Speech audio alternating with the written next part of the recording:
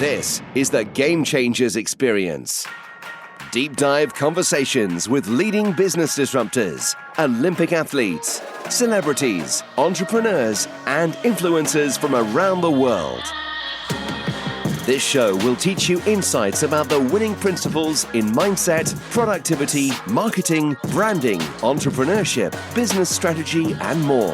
Hosted by productivity authority, business strategist, former elite athlete, author, and public speaker, Adam Strong. Hello, everybody, and welcome to the Game Changers Experience with myself, Adam Strong. And today we have another amazing guest here lined up for you here on the show. And, it's really interesting. I was kind of reflecting the other day and, because we just celebrated a few weeks ago our 3-year anniversary, and we're coming up to 250 episodes, kind of like the quarter century, like proud moment type of thing. So super excited. But listen, if you have listened to this many times before, or even if you're a new listener and you like the tone of my voice and you like the energy and you love the content and you've listened to a few episodes, do me a favor. I would really greatly appreciate if we could get some feedback from you, because feedback's crucial for the podcast, of course, because we don't know how to make improvements. We don't know unless we hear from you guys. So it's really important. We greatly appreciate any feedback. So if you're over on Apple or on Spotify, feel free to leave a 1 or a 5-star review, whichever you prefer. And 5 stars always better. But I would greatly appreciate if you could leave that for me. Anyway, let's get on to today's show because I'm super excited about today. We're going to be talking about a fascinating subject that I've always been kind of curious about, which is all around culture. And my good friend, Eric Stone, who's our guest today, he's a real authority in workplace culture. Now, who is Eric? Let me kind of give you a bit of a synopsis of who Eric is. Eric's background used to be a regional vice president of the car rental company, Enterprise. And so he has used his 27 years of experience. It's probably 26 or 25. I can't remember. He's going to correct me in a second. But 27 years of experience in holding that position, but effectively creating thriving high-performance work cultures and how he applied the methodology in Enterprise and how you can apply that methodology in your business too. Doesn't matter if you're small or you're large. It doesn't matter. Fundamentals don't change, right? Now, Eric also serves he's served on the board of many non-for-profits, and he's also got an amazing book coming out in October of this year called Jumpstart Your Work Culture, which is kind of similar to the theme of today. So that's what we'll be talking a little bit about today. So what are some of the questions that I'm going to be asking? What are some of the key themes that we're going to be touching base about today? So I'm going to be touching base with Eric about his experience as being a regional vice president of Enterprise. What did he learn about workplace culture before and after he left the company?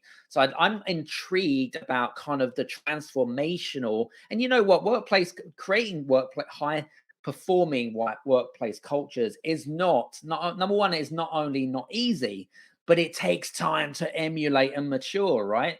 So you've got to kind of understand that. We're also going to be talking about the difference between a culture that is deemed as a weak culture and a strong culture, right? So we're going to be talking a little bit about the differentiation factors between the two.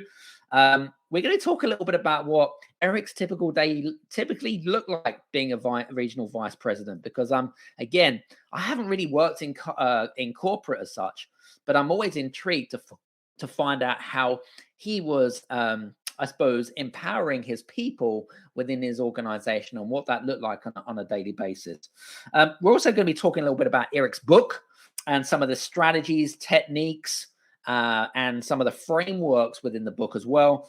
We're going to talk a little bit about what, as I mentioned to you guys, we're going to talk a little about as culture it's not one of those overnight things that you can just switch on and off, right? It's not one of those things.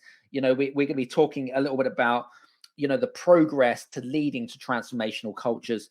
We're going to be talking a little bit about that. So lots about workplace culture, lots of stuff about high performance and things like that. So I'm really fascinated about today's conversations, some value bombs from today's episode. All right. So if you've got your pen and paper handy, all right, it's really important that if you've got any, just make notes. I mean, I have my book in front of me, and I love making notes because to me, when we do things like this, right, it is like kind of like my personal development. It's my way of learning, right? So the best way to learn is to gain insight from other people. So that's what kind of I'm endorsing you guys to do. Now, before we get started, formalities. If you're listening to us live, use the hashtag live, use the hashtag replay, as you can see here, of course. If you don't have the opportunity to listen to us over on LinkedIn Live or on Facebook or on Twitter, then feel free to head over to the podcast over on Apple, Amazon Music, Google, Spotify, or any other favorite podcast platforms at all. Anyway, I feel like I'm babbling on now. So listen, let's bring the main guy. There we go. Here we go. Eric, welcome to the show, my friend. How are you, Adam? I'm really good. How are you, sir? I'm doing great. I was admiring your 250th coming close milestone. And today is, believe it or not, 31 years ago, I entered the workplace August 17th. So it's special for both of us, I guess. There we go. So we're celebrating that. That's cool. It's cool. So listen, really looking forward to today's conversation. And I mean, your background's in corporate, of course, but it's interesting how you can learn so much from someone that has a C-level position, management position within corporate, and how to apply it in smaller businesses. It kind of fascinates me, because I feel like you can learn. There's both ends of the stick. If you're if you're someone that has a management position, you can learn small businesses and vice versa. Do you know what I mean? I do. Yeah, believe it or not, there's a lot of people I'll work with that, they have 10 people within their organization, and every bit of the stuff, they're timeless principles that carry to a variety of employee counts. Yep. Sounds good. So looking forward to today's conversation. So, I mean, listen, guys, we're going to just jump in. And by the way, if you have any questions for Eric, feel free to make any comments or questions down in the comment section below, of course. And feel free to check out Eric's social media links below. You can see that in the description notes, of course. And feel free to follow us over on LinkedIn, and make sure you click on that bell notification, which is in the top right-hand corner. That way, you're not going to miss out on anything that we do in terms of content going live. So it gives you a great opportunity. Anyway, let's jump in. So listen, I mean, it was 27 years, wasn't it? Was it 27 years? Did I get that right? It was just under. So you rounded up for me, but I'll take that. Oh, okay. That's good. So 27 years of experience, or just under, at Enterprise, which is no small company, very large company in the car rental space and stuff. But what did you, I mean, in your time, in that period of time, which is a long period of time for being, for being loyal to a company for such a long time, what did you learn, not just as a leader, but as someone that was part of that company? What do you learn about sort of workplace culture, over that period of time? Yeah, I mean, you get ingrained, and in any great company, you get ingrained with the values of the company. And so from jump, you would get the 8 values that Enterprise has that really are your kind of foundation, or your guiding light to the decisions that you're going to make. And so they do a really good job of instilling that, and throughout your employee journey. And so it kind of tells you, step one, the right way to do things. And I think any great company is going to have not just list the values. We both have an acquaintance, Gary Ridge. I think his line was, you don't just list the values, you have to live the values. And I think they do a tremendous job of doing that. Did you learn, I mean, in terms of like, did you have any kind of mentors or someone that you looked up to in Enterprise? And because I mean, you were loyal. I mean, you stayed with the company for 27 years. I mean, that's a long time. Number one, what earned the loyalty for you with one company. I'm just, again, I'm curious. Yeah, such an outlier nowadays for sure. To me, it was a simple equation when I went in. So yeah, I had mentors within the company, and I also utilized resources outside the company because I always wanted Mhm. another viewpoint. Um, but to me, it was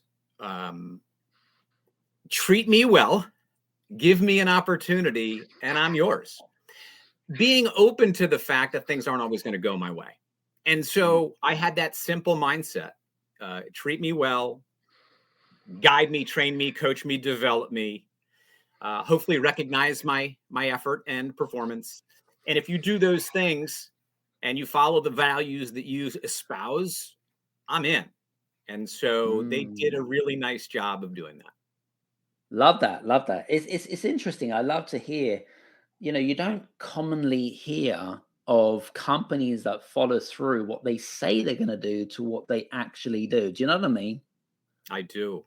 I do. Yeah. Well, and that's such an important part because let's say you have a metrics that is about customer service. And if customer Hmm. service is one of those key experiences you're trying to drive and it's your way of life, and you don't follow those guidelines when it comes to promotional criterias or whatever it is, you're just making everything you've built extremely hard.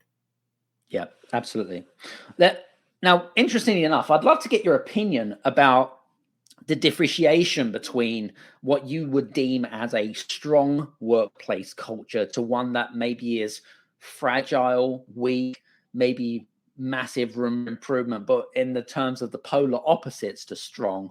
How would you kind of differentiation between the two? Yeah. I mean, the easiest thing to do is, if you've ever gone into an organization, whether it could be a chain restaurant, it could be a bank facility, it could be wherever, and you Mm, walk into the organization and you're feeling something special. There's this greeting that employee one has. There's high fives in the background. There's this attitude and effort, and you see this coachability happening right in front of you. It's just something special. And so you can mhm, witness it. And conversely, you can see the same thing when it's off. It's a little artificial, it's not authentic. And so there are some many people use the term artifacts. You'll see certain things that happen, but usually the companies that have a very and you have a culture, good or bad, right? It's like brand. You have a brand, and the brand is what they say about you when you're not in the room, and mhm. culture is the behaviors that happen when leadership's not in the room. And so Right. what you find with the great ones is this clarity, this simplicity, this ability to digest. They have the pillars of policies, procedures, values, mission, vision on one side. They have a systematic approach that allows you to embrace initiatives. Things are understood. There Mhm. is no confusion. They avoid the noise. There is lack of disconnect throughout the organization. It's just something special. Mm.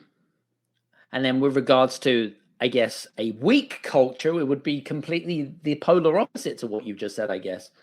So, unfortunately, I know far too many people when you're down at the beach, you're at a restaurant, you're having a company over, and you ask, How are things going?" Mm, And yeah, it's usually lack of support. They mm. don't feel that they're being supported. It's, I don't have the tools to be successful. I'm Right. not getting recognized for my effort. They just don't seem to listen, and it's all, you're right. It's like the polar opposite.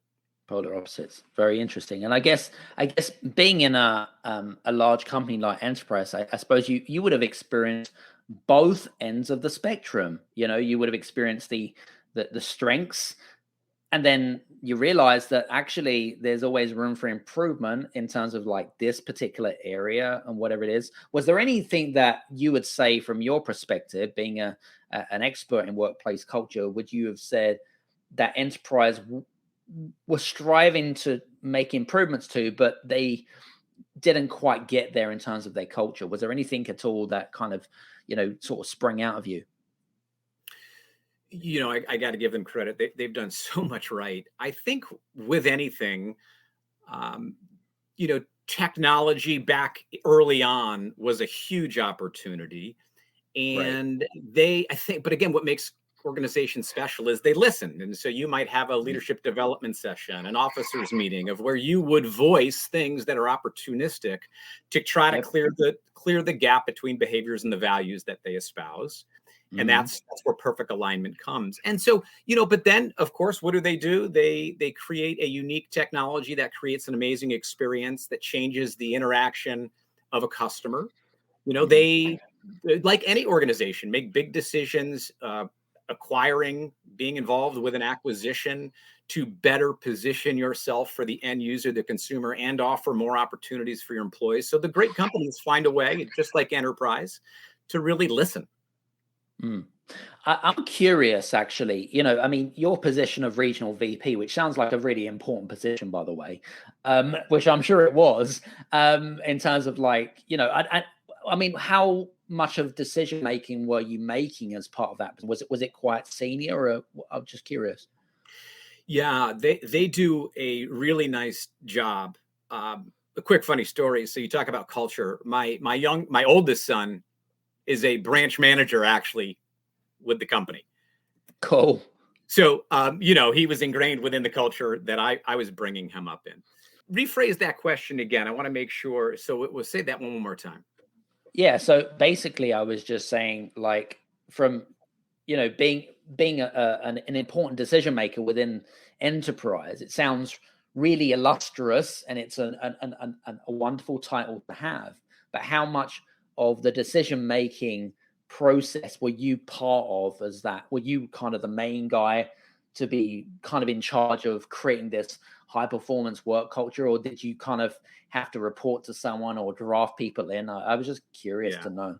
Yeah, really good question. So, being decentralized, one thing that I think a lot of people really love is you're always reporting to somebody unless you're the founder. And so I was not the founder. And so there are some guidelines that they give.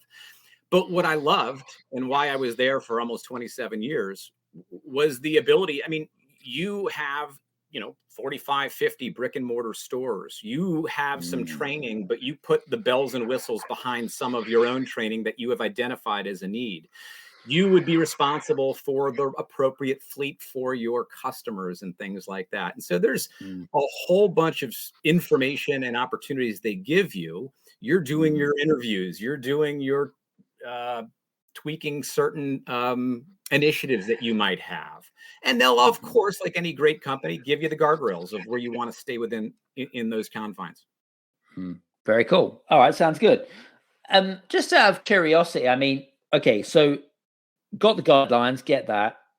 And so you've effectively created, when you're working with enterprise over the 27-year period and kind of emulating towards this high performance culture, what do you, and I'm just thinking, if you were kind of an outsourced, like if you were kind of not employed directly within, for example, like to go into a company and to try to improve upon it or fix it, was there did you create some sort of framework or methodology? Like, how did you identify the fragments or the improvement points within that culture? I was just kind of what is it that you observed? What are you trying to observe to try to find where those improvements need to be?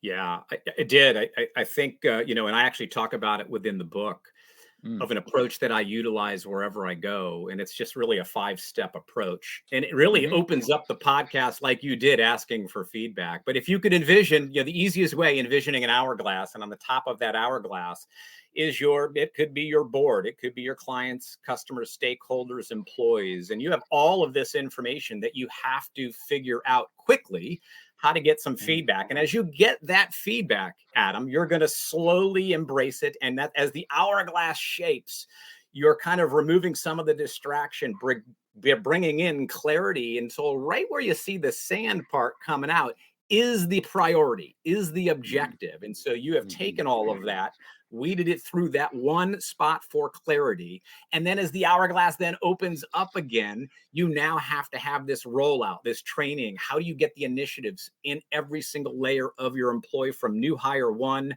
to employee 1,000?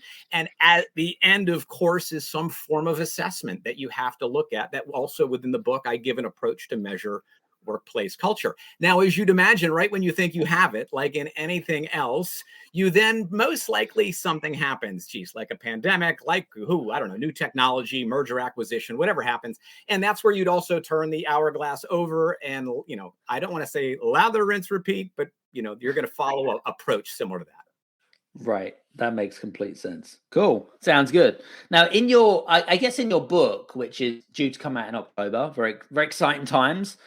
There must be quite a few. I mean, you've named kind of a methodology. You talked about your methodology a little bit, but is there any one specific type of strategy that you would have said that which you would highlight as kind of like the 1-2 strategy that leaders often overlook when trying to build like a positive work culture? Is there anything specific within the framework in the book that kind of you thought, oh, that's that one thing that's missing? Yeah, I mean, I think there's a simple, not simplistic approach. And I would guide a 5-person organization, a 500,000 person organization to focus on just the simplicity of these factors of engagement for your team. And there are 5 very easy things that organizations should input into their organization, and take what you presently do. Take those 5 opportunistic categories and enhance what you have. And so if there's a simple approach, you might have your company values. I had also the 5 factors of engagement. That was everywhere. Every training class, every field visit, every review would talk about it. And to me, when you have no way to not be connected is when clarity comes in. And that's the art. Now, you mentioned around 5 factors of engagement. I think you may have mentioned it before, but what are the 5 factors of engagement? So, the first thing, again, why people end up leaving a company is they usually don't have a strong relationship with their immediate manager. And so what are the things your organization is doing from new hire to onboarding to training and throughout to encourage the ability to build a relationship and trust? And when you have a strong relationship, you usually have strong results. Clear communication of expectations and goals.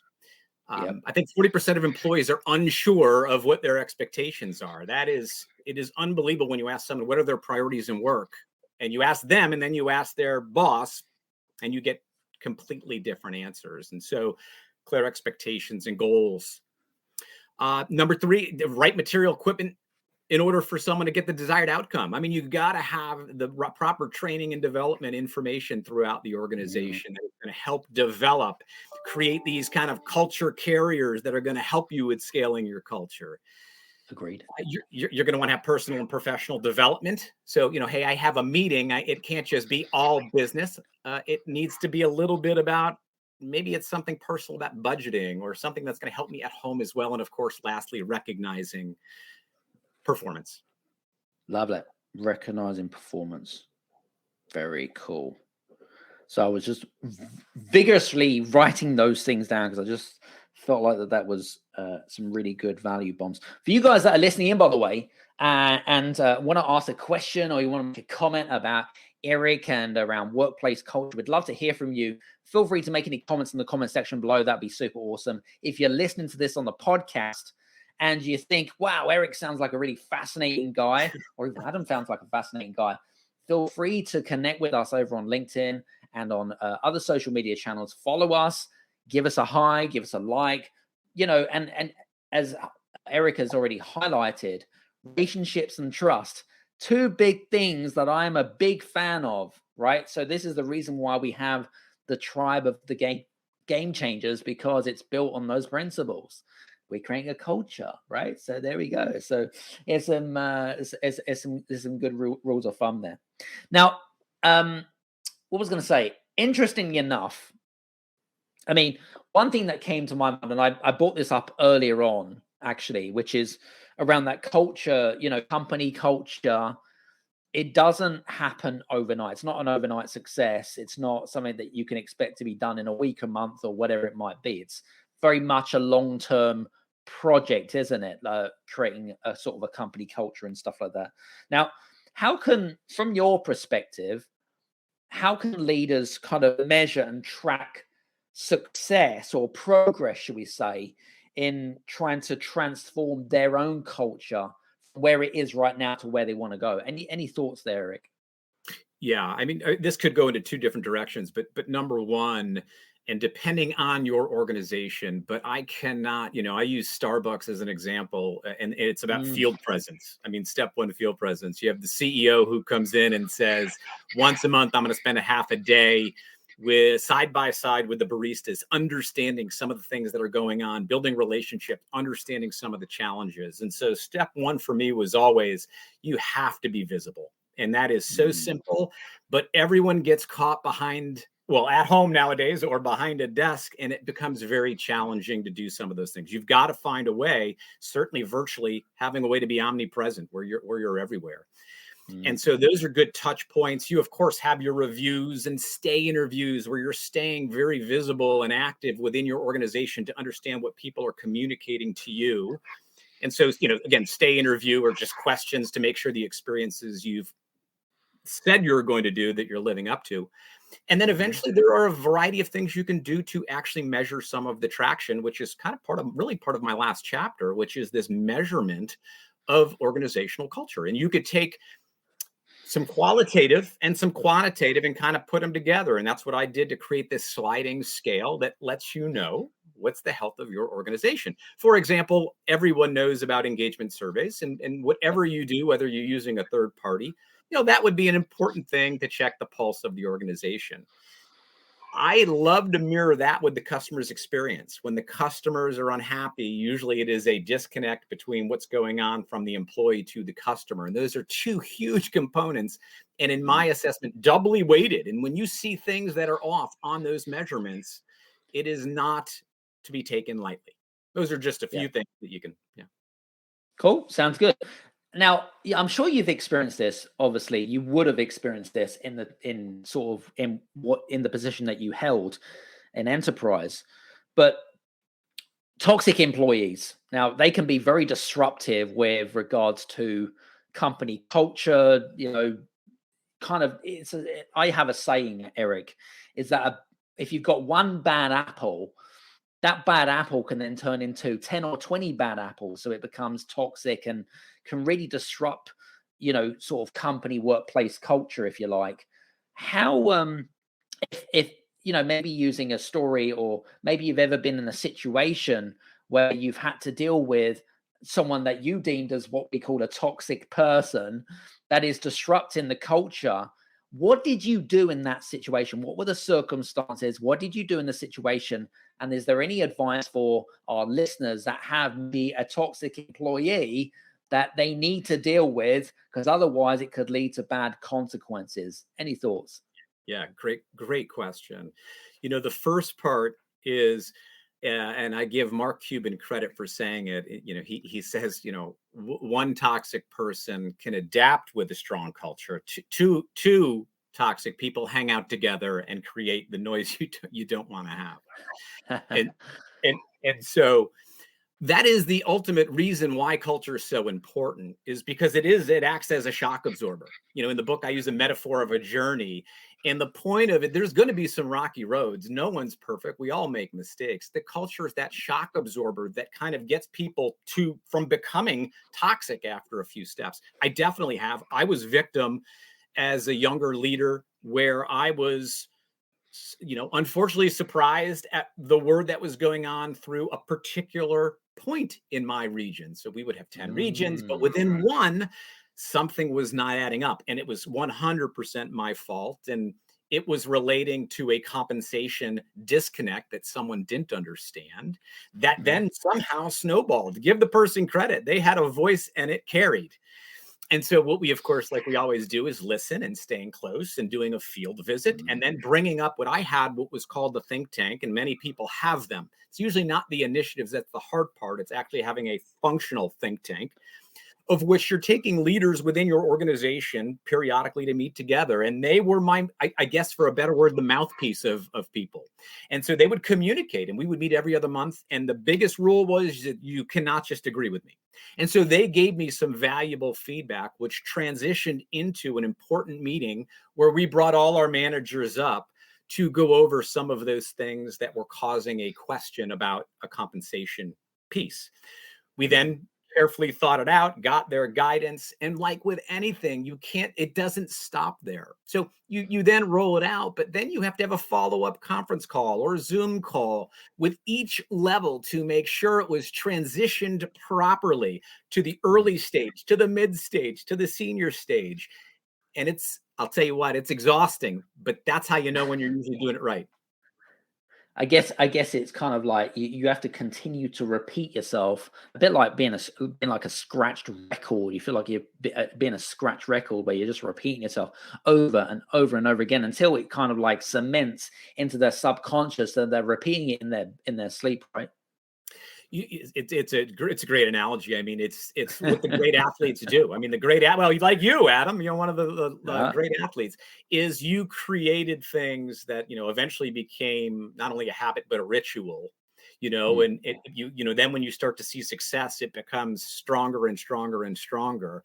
And that, just as a side piece, is where you then can add things. Then it can be additive, where you get a little creative with technology or something. What usually happens is people don't execute the basics, try to implement the hard, and you're creating more flavor of the week and noise. Absolutely.